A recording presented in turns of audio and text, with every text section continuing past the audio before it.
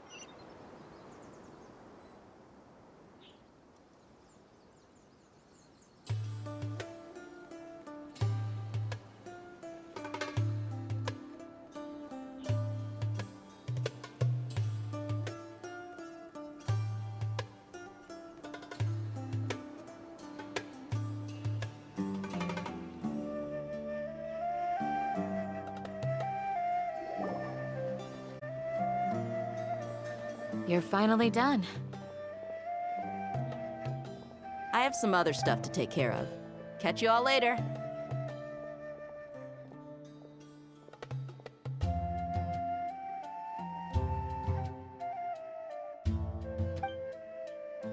Come on, don't give me that face. I know what you're going to say. I'll be careful. That's what I wanted to hear. Take care.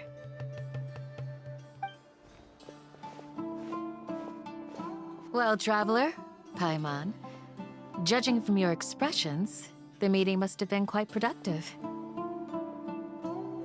You can tell? I'm not that good at scheming or strategy, but I can sense people's emotions. And based on your reaction, things must have gone quite well. Paimon's a little worried. Hopefully nothing will go wrong. To be honest, I feel the same. But you're already some of the most capable people I know. So you have my trust. Candace gave us a compliment! Your deeds speak for themselves. Candace, we stayed behind to tell you that, although you won't be coming with us, we'll be sure to remember your words.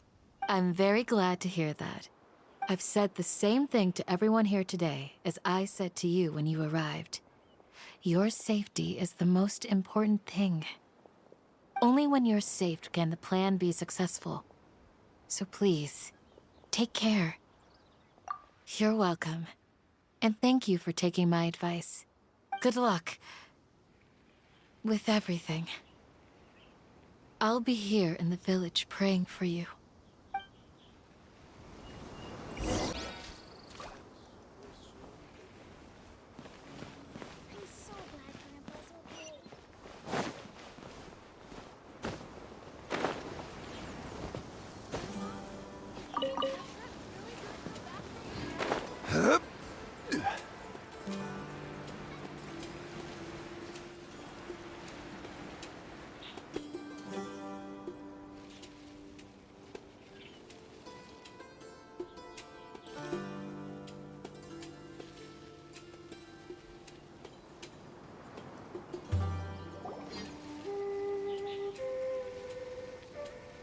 Sounds good.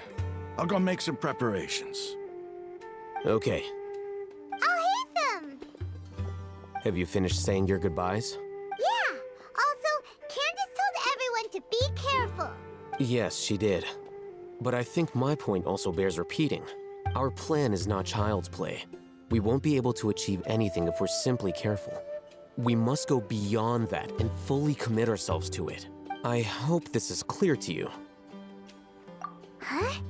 Shouldn't you be saying something more cheerful to boost our morale right now? Didn't we already do that during the meeting?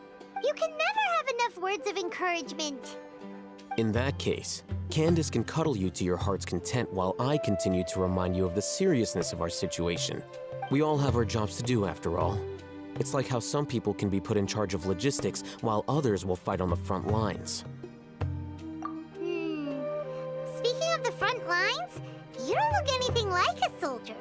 Of course. Compared to the mercenaries, I'm merely a feeble scholar. But the advantage of not being a mercenary is that I get to stay in a safer place and offer my strategic insight. Just think about that mercenary who lost his mind. Mercenary groups are facing constant danger every single day. Well, being a scholar is also a high-risk occupation, and you are a scholar. I'm not like the rest of them. Even among members of the same species, some will exhibit far more potential than others. This guy. Paimon still remembers when those mercenaries in Port Ormos called you a lunatic. All intellectuals are lunatics in the eyes of fools. I'll take that as a compliment. That reminds me. Do you remember the record we saw in the King Deshret ruins? It mentioned forbidden knowledge. You have a good memory. Forbidden knowledge has the power to drive people insane, but this fact has never been shared with the public. Even I, who has worked in the academia for some time, was never once informed of this. I think those mad scholars and mercenaries we encountered may have all fallen victim to the corrupting qualities of forbidden knowledge. But the academia has always held a different view. They have always believed that symptoms of madness are a side effect of human contact with divine knowledge as mere mortals. Come to think of it, perhaps the academia has also never understood the true nature of forbidden knowledge, and thus always approached the issue from the wrong direction. The Withering, Elazar, and the sandstorms. Don't you think what is happening right now across Sumeru is rather similar to the forbidden knowledge pollution that occurred in the desert thousands of years ago? But Paimon thought that Irminsul's disease is what caused the withering and the sandstorms. At least, that's what Tainari told us. Wait a second. Could it be that? Ah, you've connected the dots. The cause of Irminsul's illness may precisely be the pollution from forbidden knowledge. But if that's the case, what should we do? This is huge! Wait. Why do you think Lesser Lord Kusanali would have a solution to this situation? You mean, it's related to the scene you saw when you passed out in the Avidia forest? That whole, the world forget me thing? In that case, it's imperative that we rescue Lesser Lord Kusanali. Only by working with her to save Irminsul can we completely resolve the problems Sumeru currently faces. To make sure we're still on track, I would like to check on the state of some of our preparatory work. Where are we going? To an Eremite base.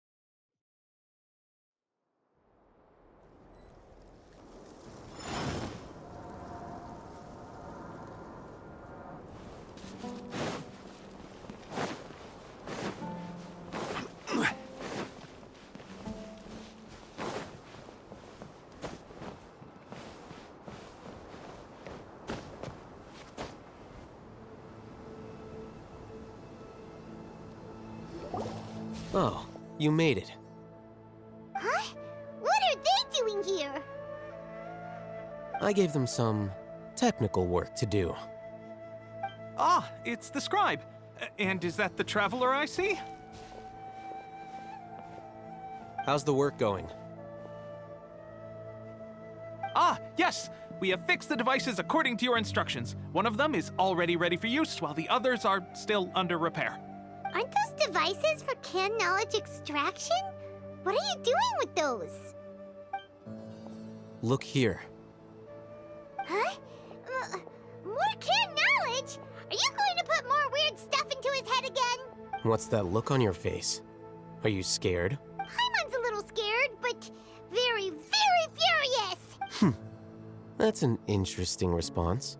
Anyway, we're not going to use this just yet. As I mentioned during the meeting, this knowledge capsule contains a decree I drew up in the past. The academia should also have their own copy. And according to the plan we just came up with, Traveler, I want you to record something into this capsule. Do you believe we can save Lesser Lord Kusanali? Good. Conviction is the most important part of all of this. Now, please get ready and put on this device. You want us to record our conviction into the knowledge capsule? Yes, Paimon is still really worried. I understand. But trust me, Paimon, this is something we have to do. It's best if you can do as I say. Because, to achieve this impossible task, it sounds like you'll need to fool your own heart first. Although it may feel like a trick, self-encouragement may be the most important tool we have. Paimon can see the point you're trying to make. Imagine this. We have orchestrated our plan and successfully rescued Lesser Lord Kusanali. As a result, we have changed Sumeru's entire political landscape. Everything went without a hitch, and everyone recognizes and praises our achievements. Now, open your eyes. Here.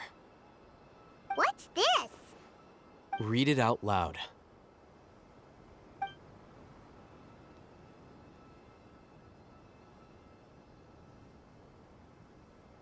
It's done.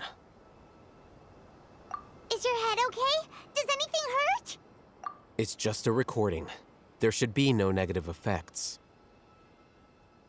But what was the point of doing this? Paimon doesn't get it. And that's perfectly fine. In any case, these capsules aren't meant to be used by you. Huh? What do you mean? Have you forgotten? Our plan needs to account for those who have long relied on the Akasha. You may find it hard to believe, but for those people, everything the Akasha transmits to them is nothing short of absolute truth. Imagine if you've been using a device like the Akasha since the day you were born, and this device has always supported you during times of need. After all that time, what do you think you'd become? A fool? A machine? A slave to orders. And that's why rules are so important. In addition, those who understand the rules can delineate boundaries and identify gray areas. But why would you need to identify the gray areas? You could say that those kinds of ambiguous zones can be very interesting. One might even say they're advantageous in the right hands. Things you're interested in are really out there. Are all Sumeru scholars like this? Anyway, that's enough chit-chat. I'm going to take those two to work on some small projects. You can head to Caravan Rebot and start preparing for the next step. Small projects? We're going to tinker with the Akasha terminal and make a few modifications.